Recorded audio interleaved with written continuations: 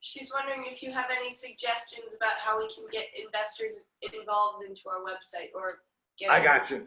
Okay, so you know so kind of coming back to just about everything I just said, right? So how do we get investors? How do we get investors interested? So the first thing, obviously, is, you know, I wrote an article, and it basically, part of this article is about you have to innovate to raise hell and articulate to raise capital, right? And I have that article someplace on LinkedIn. And it is really I wrote it basically not for early stage development companies, but I think the same rules apply. So the website, or the construction of the website, the creation of the website, frankly gets to, that's the innovation, right? So when I'm working with trying to raise capital, the first thing I think of, okay, is creating a pitch deck, a very simplified pitch deck, not to pitch to just investors, but also to kind of pitch to bounce partners. You know what a bounce partner is? No. Okay, so a bounce partner is somebody or a firm or a group of people or a focus group that you actually present your pitch deck to, and you sort of bounce the ideas off them so that they could actually come back. It's a bounce partner is basically somebody you bounce ideas off of, right? So what I would do, like if I was leading your team right now, I would say, let's create a pitch deck, and let's create the pitch deck so that everybody will contribute to 3 areas right from the get-go. The first area will be problem, right? Because if you're looking to innovate, and also disrupt, you have to be looking at what the solution you are creating is fitting to what the problem is, right? So if you want people to understand why you exist, the first thing you have to do is put problem. And so you post problem up there, and whether that problem is nobody else does it right, you know, this is where articulation comes in. You articulate why you're in the space to cure what problem, right? You want to be the panacea to a problem. So you put the pitch deck together, you put problem. Then the next thing you need to do is you need to describe, like as if that problem was speaking to you, you have to articulate your solution. And then you create the solution. And both of what I'm just saying right now is no longer than a paragraph. A paragraph of what the problem is, a paragraph to what the solution is.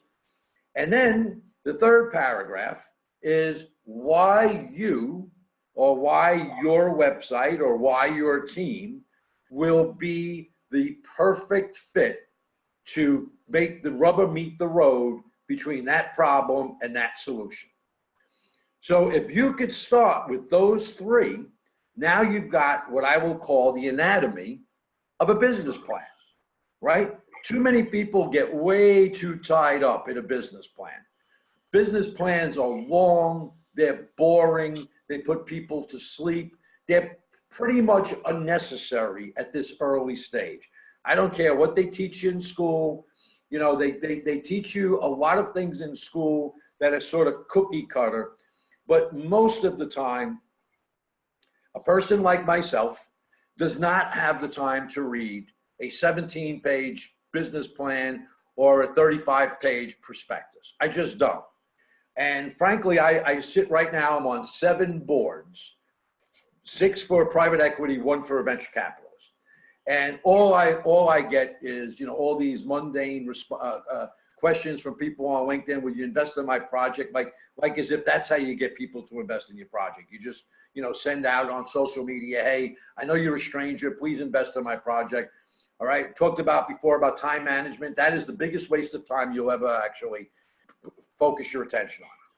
What you should focus your attention on is creating this pitch deck to be the anatomy of your business plan or your business model. But first, that pitch deck is what we will use, or I would use, to talk to a focus group, right? So the first thing you do is so now you've got these 3 items, right? Problem, solution, how we could help. Now you take that and you look at people that are in the arena of that problem. And then you go and you have a focus group meeting with them, like we're having right now. You can do it online. And you say, this is the problem. What do you think about our version of this problem? And you'll learn. You'll put on your listening ears and you'll listen. And you'll understand whether or not you missed anything, if you should add anything, or because this whole thing will just be a project and a work in motion. And everything that every person you speak to about this project, you speak to with ultimate passion, great articulation, and great intellectual humility, which means you cannot ever allow somebody who is making constructive criticism to think that you resent the fact that they have constructive criticism. All conversation is good. And you do that. And then you refine your problem. And then the next thing you do is you create a focus group about the solution. And you go back to those same people with now what your solution is. You don't tell them what the solution is. You just tell them what you think the problem is, right? So you've got your first 3 things. The second meeting, you bring the solution. And you listen to them. So this way you could refine how we can help. And now, as you are compiling that information, you are truly compiling what you would consider sort of a standard test of the process, right? So you're actually creating a document that would be a proof of concept document, which is something you'll see in every business model. Proof of concept. So you're actually using your three pitch deck items, problem, solution, why we could help. And now you've created, because you've been speaking to other people, you've created your poll questions, you've created your sort of research, your own sort of big data ideas as your proof of concept. And then now you've got 4 components.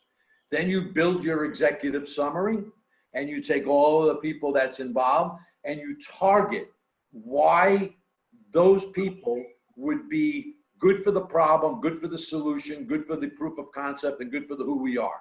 Because everything needs to fit. It's like you're building a puzzle. Every piece of paper that you create is part of the puzzle. Nothing is outside that puzzle. Everything should be interchangeable. After you do that, and you really have a consensus within your partnership, then at that point, you then say, okay, I'm going to put together a little investment package for early seed capital, okay? And the idea with this is that everything you just did, problem, solution, proof of concept, executive summary, what we are, all of that gets to be seen by the early stage investor.